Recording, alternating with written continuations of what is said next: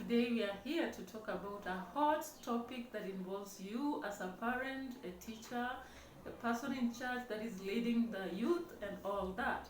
Now, our topic today is how boys handle friendships as contrasted with the girls. Yeah, so I welcome Milo here.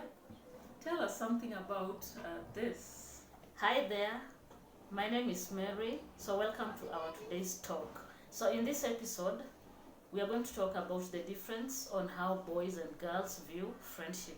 So, I'll start by talking about the first one. So, there is a difference. When you look at girls, their friendship is usually based on interdependence, like they depend on each other.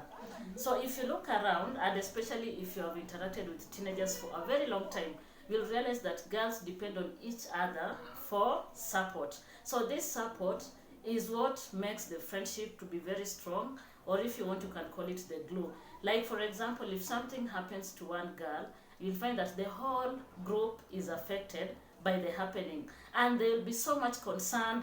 They want to know what is happening to their friend, what kind of support that they can offer. It is like it is them that are being affected. But when you look at the boys, when it comes to such, because they are kind of not warm, if I can use that word.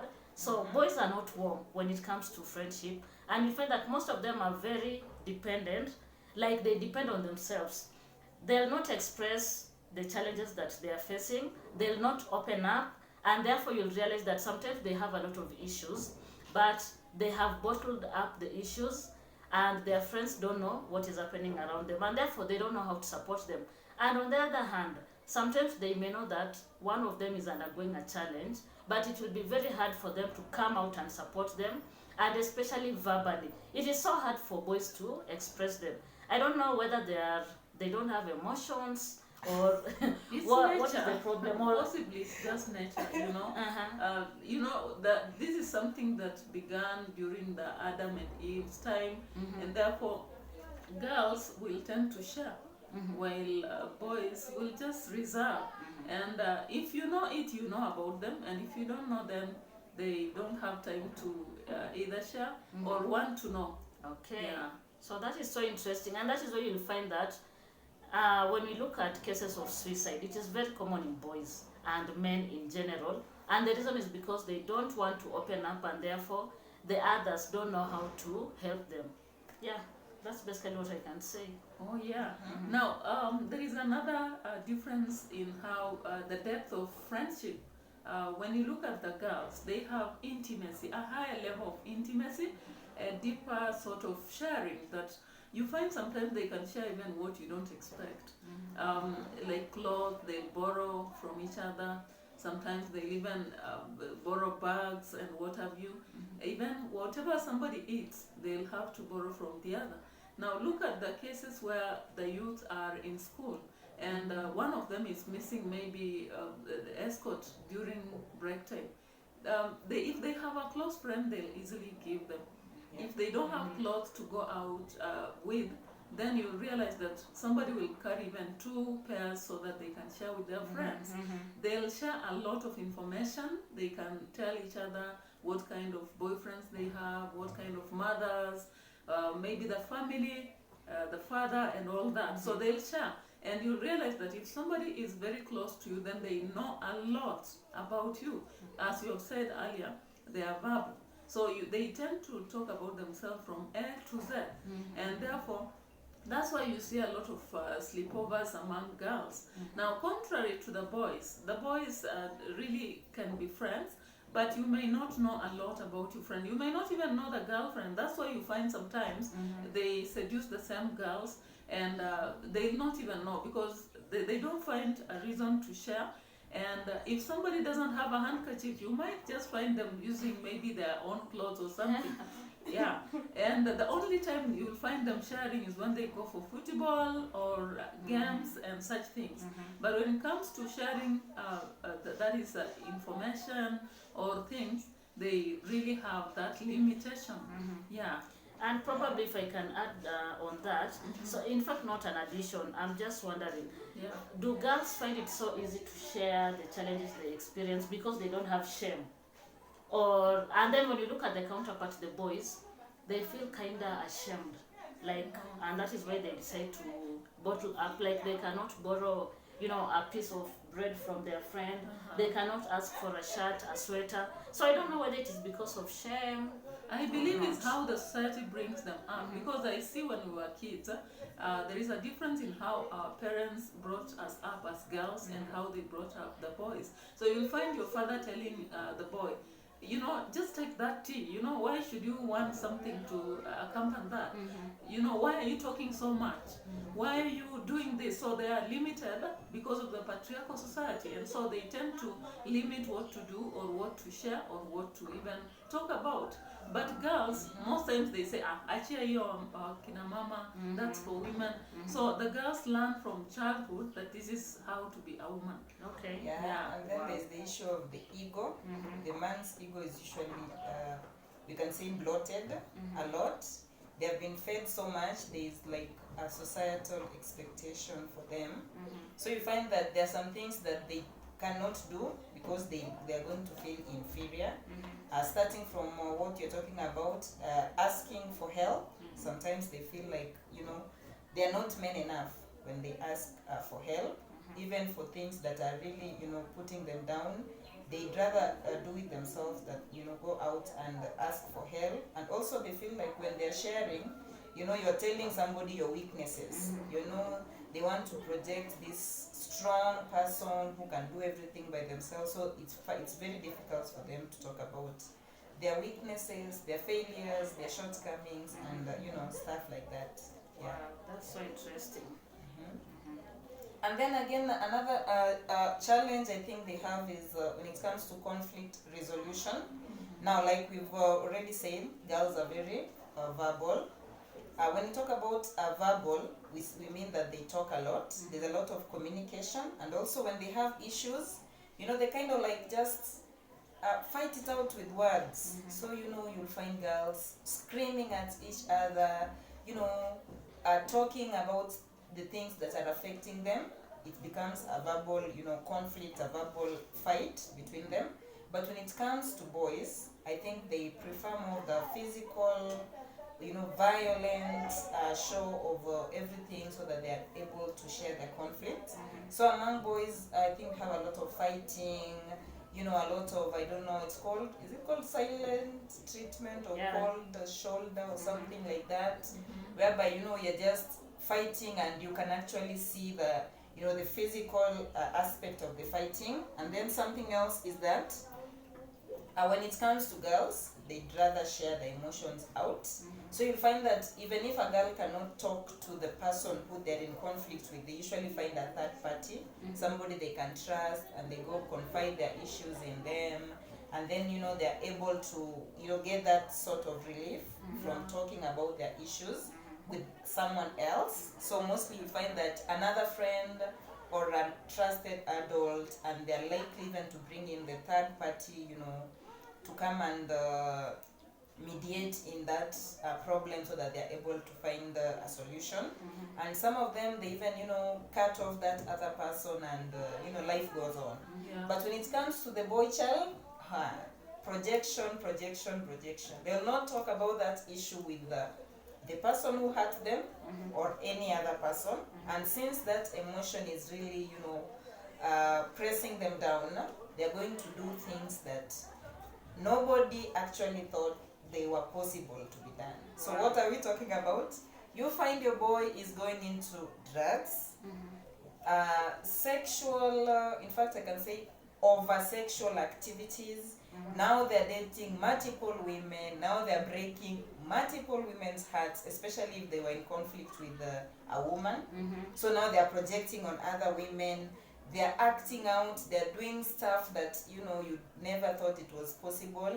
Some of them even go to the extent of exhibiting murder, not to the person who has wronged them, but in other ways. So what are we talking about? You'll find your child, for example, dismantling a doll in the house. So you have this nice teddy bear that you love and you keep maybe on your couch. You find that the boy just goes and dismantles it completely. So I think in their mind, they are trying to recreate that, emotion of murdering that other person.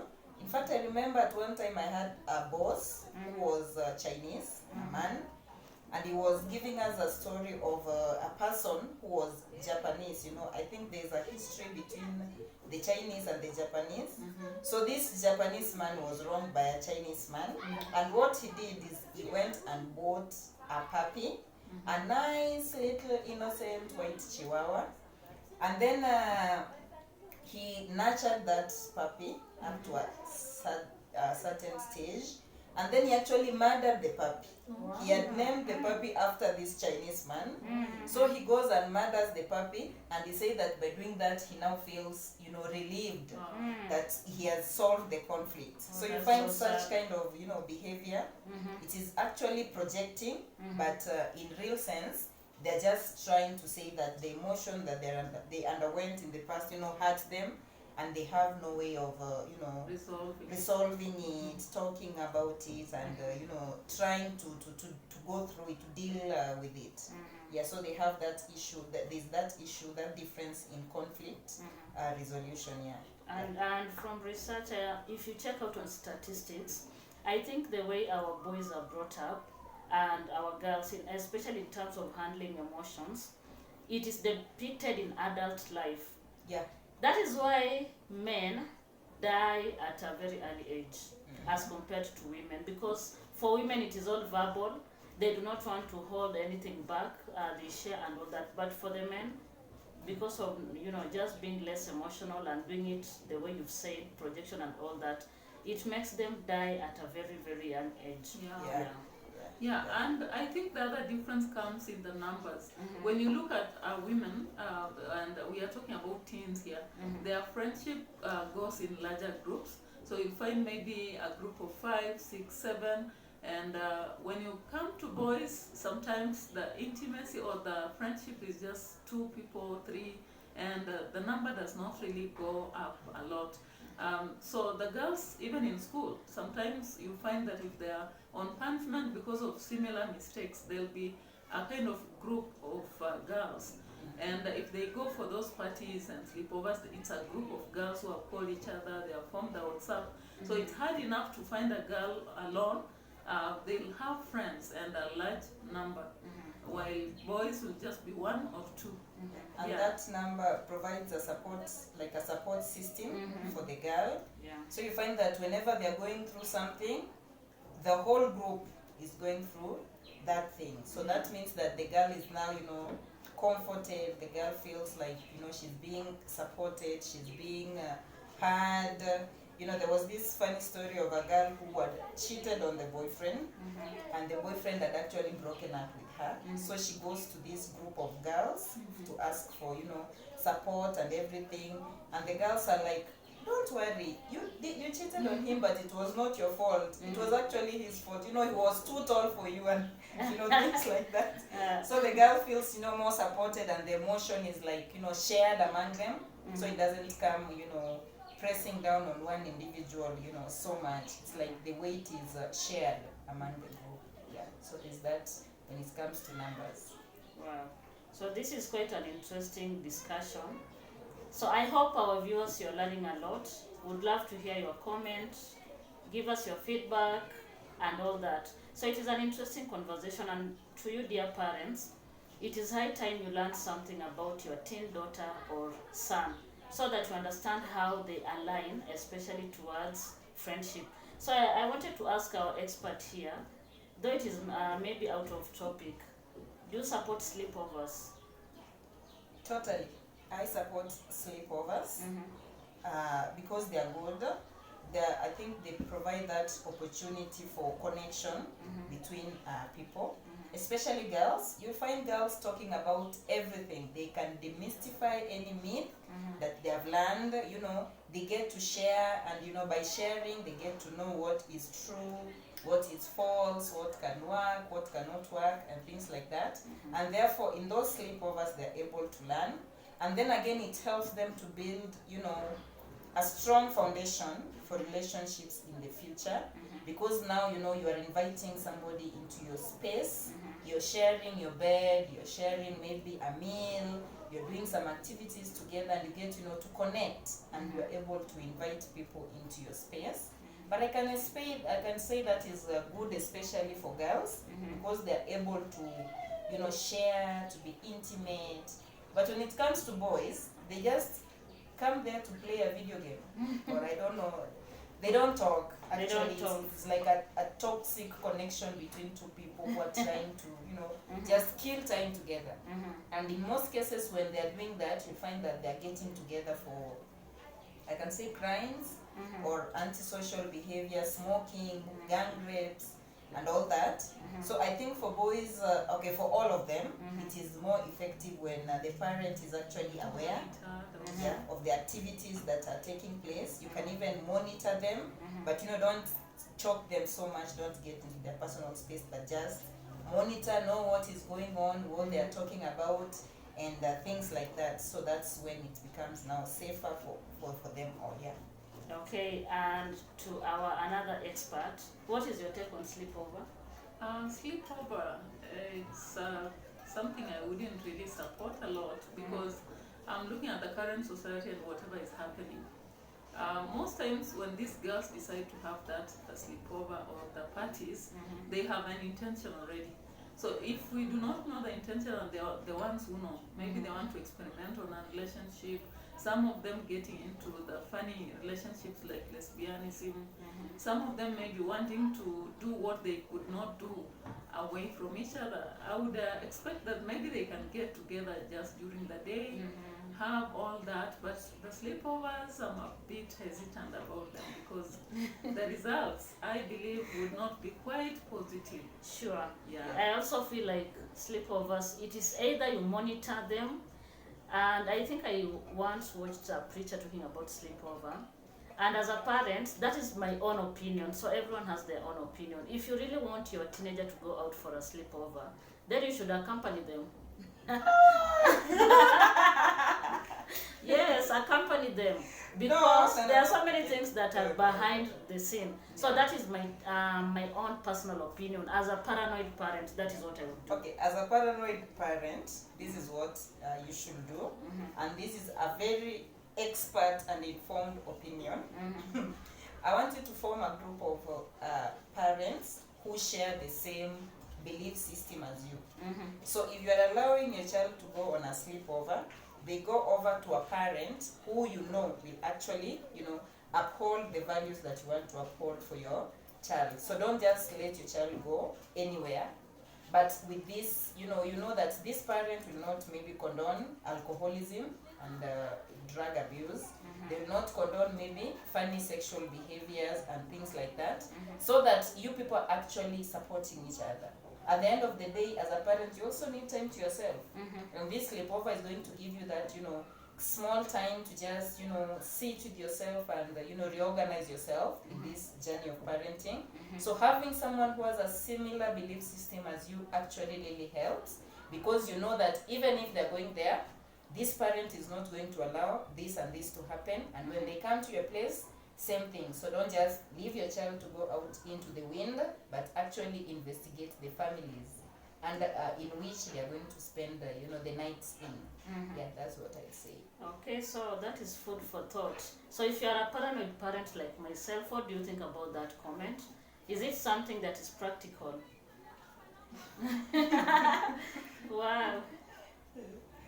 It actually is.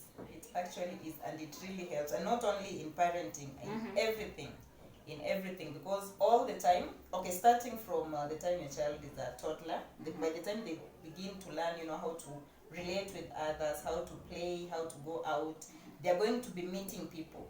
And these people, it is good to have them in your control rather than out of control. So you find that at a very small age, even before a child goes to school, or even before a child knows what a sleepover is, they're already connecting with people. So what do you know about these people that your child is connecting with? Just start from the time your child will sneak out of the house, or just walk out and go to a neighbor's house towards television. What is that neighbor, putting on their television? You could have actually have stopped your child so much from listening to something like let's say secular music, for example, you know, all this music where people dance and they are, you know, Yeah. half dressed, half, to be very modest, half dressed. So you find that, do you actually want your child to be exposed to that? You might have really stopped it in your house, but when they go to a neighbor's house, and do they have the same, you know, value system? They might actually be doing drugs. I believe you saw this video the other day where a parent was taking, I think it was cocaine, and then they were leaking it, and then they were giving it to their children to do the same. I don't know whether you saw the video, it was trending somewhere. So something like that. Is your child going to a house like that? Because if they go there, they are definitely going to be exposed to that. What is the belief on, let's say, Christianity and religion and everything else? So because so many things are out of your control when your child leaves your presence, it is good to have, you know, a group of people who actually know and believe in the same things that you believe in, so that at least your child is, you know, protected.